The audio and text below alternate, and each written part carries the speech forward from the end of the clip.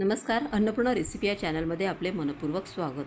आता इथे तुम्ही बघू शकता की हा जो भात आहे तो माझ्याकडे रात्रीचा शिल्लक भात होता. तो मी रात्री फ्रीजमध्ये ठेवलेला होता आणि तो मी 2 तास आधीच फ्रीजमधून बाहेर काढलेला आहे. नॉर्मल टेम्परेचरवर आल्यावरच मी त्या भाताला आता मिक्सरच्या भांड्यामध्ये टाकत आहे.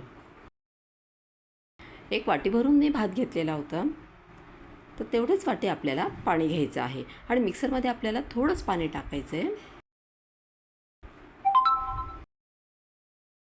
आणि फिरवून घ्यायचं आहे. आता ही आपण बघू शकता तुम्ही इथे की पेस्ट तयार झालेली भाताची. अशी मऊसूत अशी आपल्याला पेस्ट तयार करून घ्यायची आहे. आणि त्यानंतर मी इथे गॅसवरती आता कढई ठेवलेली आहे आणि त्या कढईमध्ये आपण जे मिश्रण तयार केलेलं आहे, जे मऊसूत असं भाताचं मिश्रण तयार झालेलं आहे, ते आता आपण त्याच्यामध्ये टाकायचं आहे. आणि ज्या भांड्याने मी भात मोजलेला होता त्याच भांड्याने आपल्याला पाणी घ्यायचं आहे आणि तेवढंच पाणी आपल्याला वापरायचं आहे.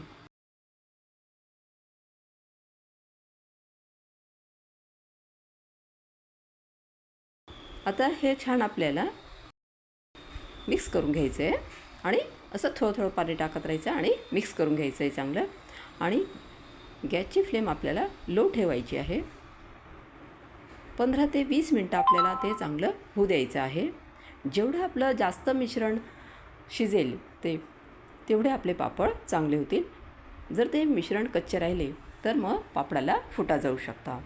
आणि इथे चवीनुसार मी मीठ टाकलेले आहे. आपल्या भातात मीठ टाकलेले असते, त्यामुळे आपण पापडामध्ये मीठ कमी टाकायचे. असं हे सारखं आपल्याला ढवळत राहायचं आहे. त्यानंतर आता आपण इथे एका ताटामध्ये हे मिश्रण टाकून बघून घेऊया.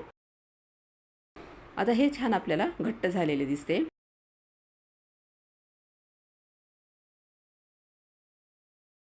आता आपल्याला एक प्लास्टिकचा कागद घ्यायचा आहे.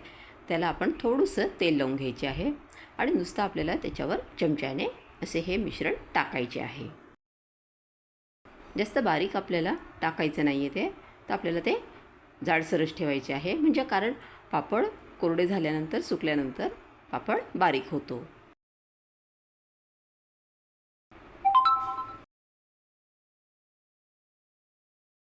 आणि हे जे मिश्रण आहे ते आपल्याला गरम गरमच कागदावर टाकायचं नाही आहे. ते नॉर्मल आपल्याला होऊ द्यायचं आहे. थंड झाल्यानंतरच ते आपल्याला कागदावर टाकायचं आहे. आता इथे सर्व आपले पापड टाकून झालेले आहेत. आपण हे फॅनमध्येच वाळवू शकतो आणि एकदम पटकन हे फॅनमध्ये देखील वाळतात. जर आपल्याकडे ऊन येत नसेल तर आपण फॅनमध्ये देखील हे वाळवू शकतो आणि हे केव्हाही आपण करू शकतो. एकदम झटकीपट होणारे हे पापड आहे. याला फारसा वेळ लागत नाही.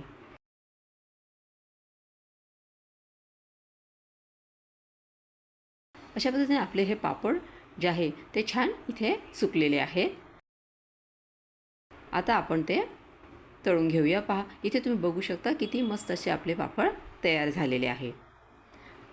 आता आपण गॅसवरती कढई ठेवली, आपण ते तळून बघून घेऊया. एकदम छोटे छोटे पापड झालेले आहेत आणि ते छान फुलतात. एकदम मस्त असे फुलत पण आहेत.